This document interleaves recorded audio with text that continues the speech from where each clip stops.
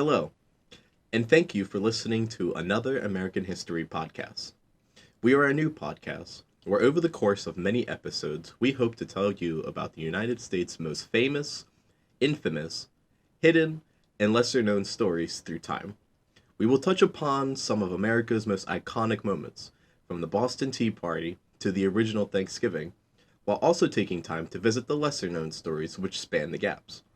We'll try to move through the story of American history chronologically, but of course some of our stories will overlap, so we'll have to double back now and again. My name is Isaiah, and I'll be your narrator for today's episode. While I have never considered myself a historian by any means, I'm excited to share the new things I have learned by being a part of this podcast. Thank you for listening, and enjoy the story. We will begin our story the same way many history classrooms have since 1792, when the first recorded celebration to this man's supposed discovery was recognized in New York by an organization bearing his name, the Columbian Order. I am of course speaking of Christopher Columbus and his voyage to the New World.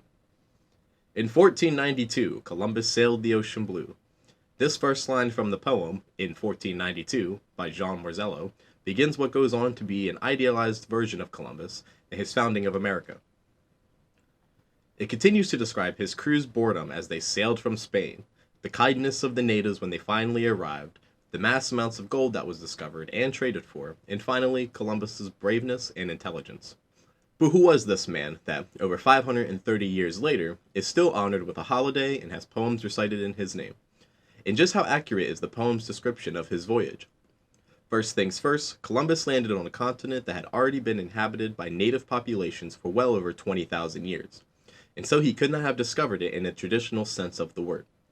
In fact, from the native populations which inhabited the Americas before Columbus's arrival, there are other European adventurers believed to have reached the continent as well, most notably of which is Leif Erikson, the son of Eric the Red, the first colonizer of Greenland.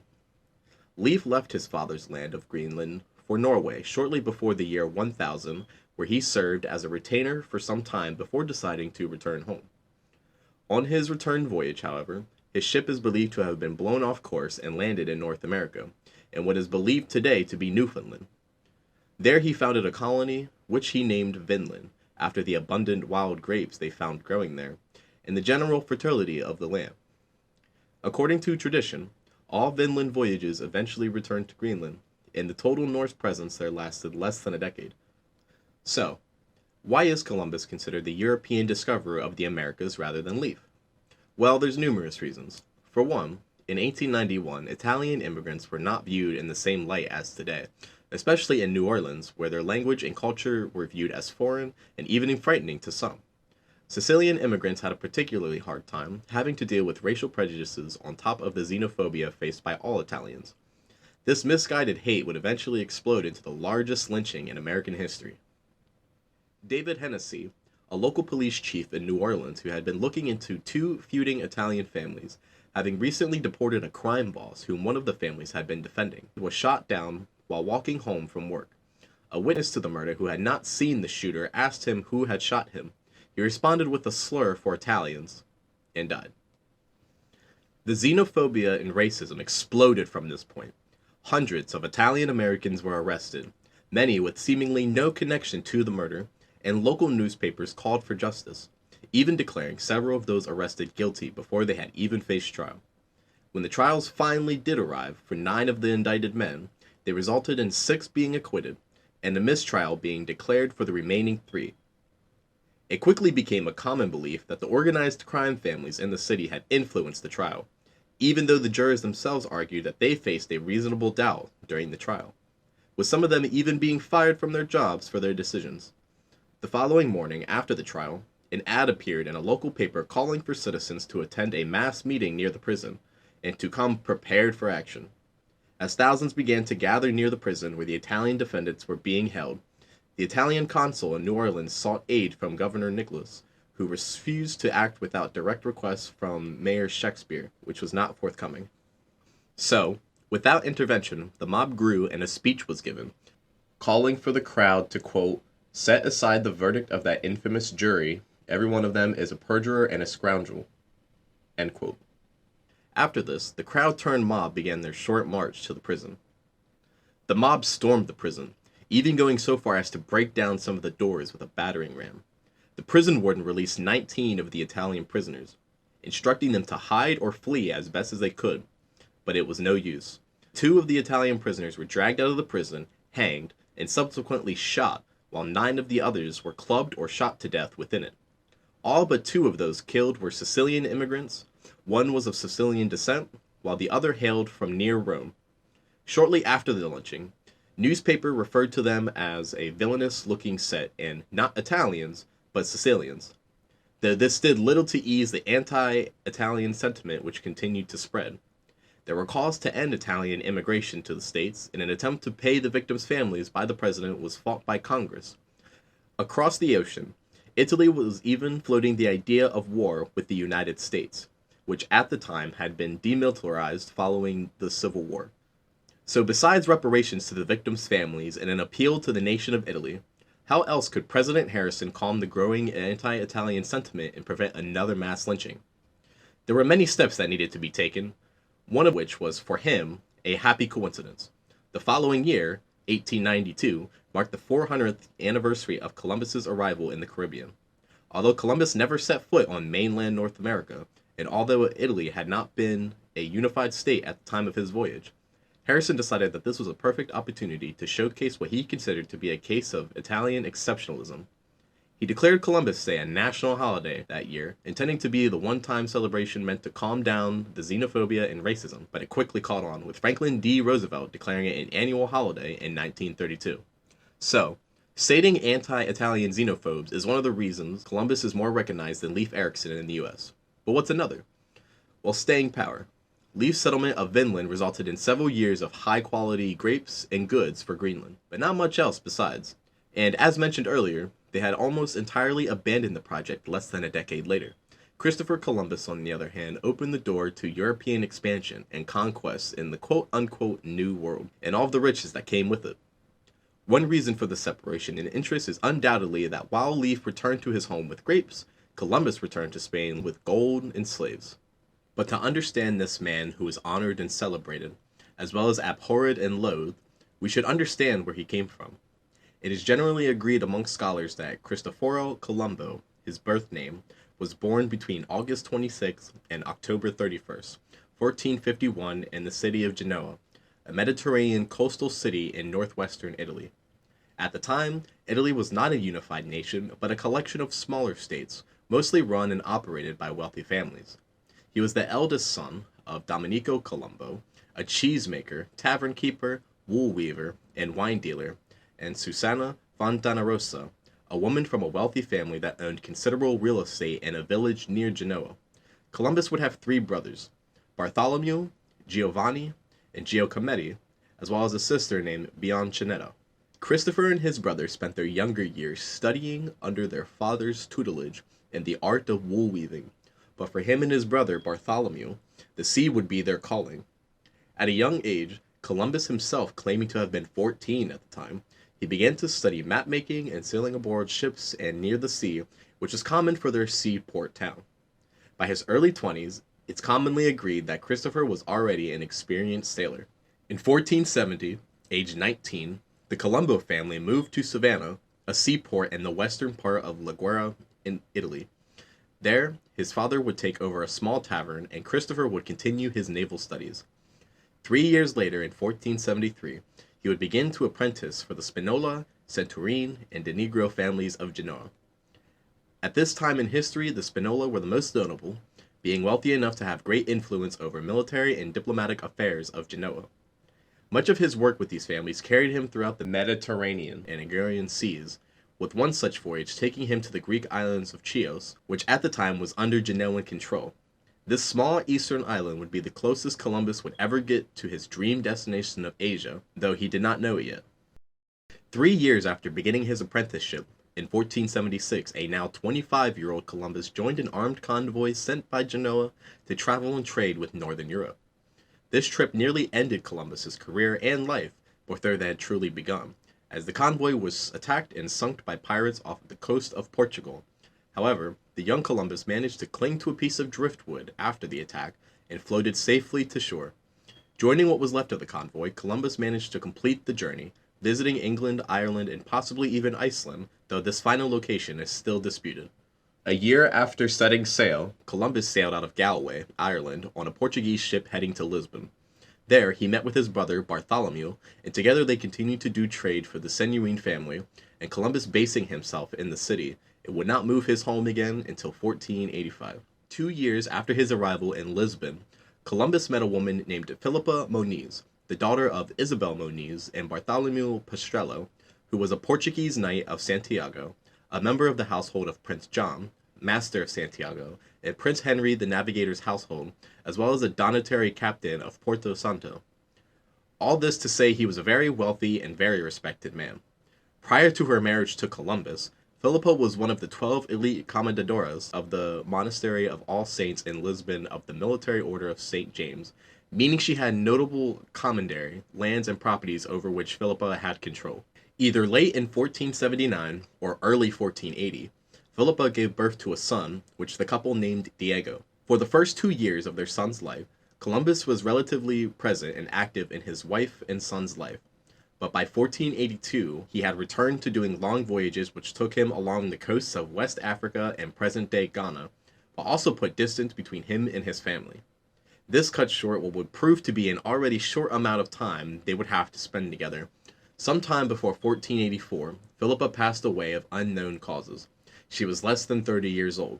Columbus took Diego with him to Portugal, where he settled his late wife's estates. In 1485, Columbus and his son left Portugal for Castile, where after 2 years the now 34-year-old Columbus found a mistress in the 20-year-old Beatriz Enriquez de Arana, an exceptionally well-educated woman given the time period, who came from a wealthy family of farm, orchids, and vineyard owners. Despite her family's success, her immediate family was not as lucky. Both her parents died when she was young, after which she moved in with her grandmother and aunt, who had also passed away. 3 years after meeting, Beatriz would give birth to her first and Columbus's second son, whom they named Ferdinand. Later that same year, Columbus would send Diego to Beatriz and her family to be raised, as he had little time for any of them, usually busy planning on his proposed voyage. By 1494, both boys would be shipped off to the royal court in Valladolid to serve as pages, and Columbus would be seen even less of his estranged family. So, why was Columbus so obsessed with his proposed voyage west that he spent the majority of his time sailing from kingdom to kingdom, away from his family, petitioning monarch after monarch to fund it? Well, in the previous century, Europeans had enjoyed a safe and profitable passage along the Silk Road, which ferried luxury goods from Asia which otherwise would have been nearly impossible and extremely expensive to obtain. By 1453, however, with the capture of Constantinople by the Ottoman Empire, Christian traders such as Columbus were effectively blocked off from profitable routes. 21 years later, the first major proposal to reach Asia by sailing west was drafted by Paolo da Pozzo Toscanelli, an intelligent Florentine man who was known for his cartography and astronomy skills and knowledge. Through stories and second-hand knowledge, Toscanelli created a map depicting what he believed to be the distance between Asia and Europe, the only flaw being that, due to the second-hand nature of his sources, he estimated Asia to be roughly 5,000 miles longer than it was in reality. He presented this map to a Portuguese priest he knew named Fernão Martins, along with his proposed scheme for reaching Asia and the Spice Islands. Fernão then presented these two to King Alfonso V of Portugal, but the plans didn't go anywhere. These plans and the map would later be remade by Toscanelli himself, who would send the copies to Christopher Columbus after the younger man wrote to him of his own proposal to sail west. But Columbus's plans were not driven solely by a lust for gold, at least not entirely, nor by a love for exploration. His reasoning was also driven by religious fanaticism, intent on producing enough resources and income that he could help fund a holy war. Frequently, he would write in his logbooks that he sought to acquire gold, quote, in such quantities that the sovereigns will undertake and prepare to conquer the Holy Sepulchre, meaning he'd like to have seen a reconquering of Jerusalem or the Holy Land, and that he wished to see all races converted to Christianity. But despite Columbus's willingness to sail under almost any monarch's banner, and that he intended to put much of his found loot towards a holy war in their name, he continued to face resistance in his proposals.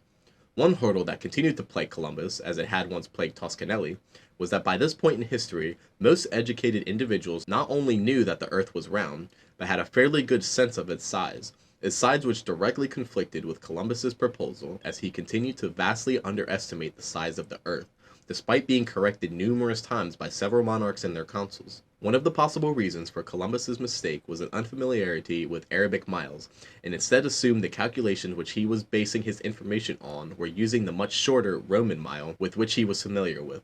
Due to this, his final calculations put the Earth at only about 75% of its actual size. This, combined with Toscanelli's own miscalculations, led to Columbus predicting that sailing the Canary Islands west to Japan would be about 2,400 nautical miles, with the actual distance being closer to 10,600 nautical miles, an impossible distance for any ship of Columbus's time to make without running out of food or fresh water, a fact that many of the more intelligent people he sent his proposals to tried to educate him on, but to no avail. But severe miscalculations were not the only hurdle in Columbus's way when he was making his proposal to the various monarchs of Europe. In 1488, Bartholomew Diaz became the first known European explorer to round the Cape of Good Hope in southern Africa, proving its plausibility as a trade route with the East and further diminishing the need for a risky, maybe impossible, trade route west. European traders now had a known and relatively safe passage to Asia that came with none of the uncertainties or risks that Columbus's route came with. Given his miscalculations, the new route to Asia, and the steadfast advice of their consuls, it was looking more and more unlikely that any monarch would approve of Columbus's proposal. 4 years before Bartholomew Diaz had rounded the Cape, Columbus had approached King John II of Portugal, who had his council review Columbus's plans, but they had came to the same conclusion that every consul would for the next several years of Columbus's life. They rightly rejected the proposal on the grounds that the proposed voyage was only a quarter of what it should have been according to their calculations. By the time he was granted another chance 4 years later, none of his calculations had changed, and Bartholomew Diaz had since returned with news of his successful trip around the Cape, resulting in another rejection. In 1486, 2 years before his second proposal to John, which should already give you an idea of how this proposal was going to go, Columbus had approached the now dynastically unified Spain, ruled by a joint union of King Ferdinand II of Aragon and Queen Isabella I of Castile. On May 1st, 1486, Columbus presented his plans to Isabella, who, like John, passed them onto a committee. Similar to what happened in 1484 and what would happen in 1488, the committee came to the conclusion that Columbus had vastly underestimated the distance his voyage would cover, and recommended to the monarchs that they pass on what they considered to be an impractical venture. Despite this, monarchs presented Columbus with 14,000 maravedis, roughly the annual income of a sailor at that time. This was likely to keep him from presenting his ideas, however implausible they were to other monarchs. A year later, to Columbus's financial benefit but idealistic detriment, the monarchy sent him another donation of 10,000 maravedis, and ordered all of the towns and ports to provide him with free food and lodging. Not one to wait, Columbus sent his brother Bartholomew ahead to the court of King Henry VII in England to discuss his possible sponsorship, but as Christopher himself had once been en route to Europe, Bartholomew was intercepted by pirates and would not arrive until 1491, by which time the Spanish crown had already sent another 20,000 maravedis to Columbus and re-invited him to resume negotiations. As die-hard Christian rulers, Isabella and Ferdinand had long despised the Muslim presence in Spain, then known as either the Iberian Peninsula or Andalus, and the first several years of their joint rule saw them invading and ultimately conquering the last Muslim stronghold in the region, in all of Western Europe, the Emirate of Granada, which was ruled by the Nasir dynasty. The loss of Granada in 1492 would bring an end to 781 years of Muslim rule on the peninsula. It would change the direction of socio-economic status to this day. Throughout the siege, Columbus had remained at Ferdinand's camp, waiting for the end of the siege when he had hoped to hear a response about his proposal. When the last walls had finally been crumbled and passed over, another consul convened to listen to his proposal and reach a decision, and as they had always before, they came to the conclusion that Columbus's plans were misguided and implausible. Frustrated and unwilling to listen to any more criticism of his plans, Columbus set sail for France, where he hoped to seek funding from their monarchy but never arrived. After sailing only 10 kilometers towards Cordoba, the royal guard arrived and recalled him to Spain. Apparently, while the queen and her council had been unconvinced, the king and his clerk, Louis de Santangel, feared more than anything that Columbus would take his ideas elsewhere, and they would be accepted. Louis managed to convince Isabella that funding his expedition was worth the risk. They stood to gain unknown treasures and land, but only to lose at most a few ships and men. On April 17th, 1492, in the Santa Fe encampment, which had originally been built for the invasion of Granada, both Columbus and the monarchy signed the Capitulations of Santa Fe, an agreement that stated if he succeeded, Columbus would be granted the titles Admiral of the Ocean Sea, Viceroy, Governor General, and the honorific Dom, as well as a tenth of all riches he returned with. With that, after years of rejection, becoming a widow, and the countless accusations of miscalculations, Columbus was ready to begin his misguided journey. Thank you for listening to another American History podcast. If you enjoyed this episode and would like to hear more, please feel free to subscribe so you can continue with us on Columbus's journey west across the sea to unknown, or at least unknown to him, lands and cultures. If you think you know anyone else who would be interested in an expansive look at American history, please feel free to share this podcast. Thank you again for listening. Produced and edited by Close Tags.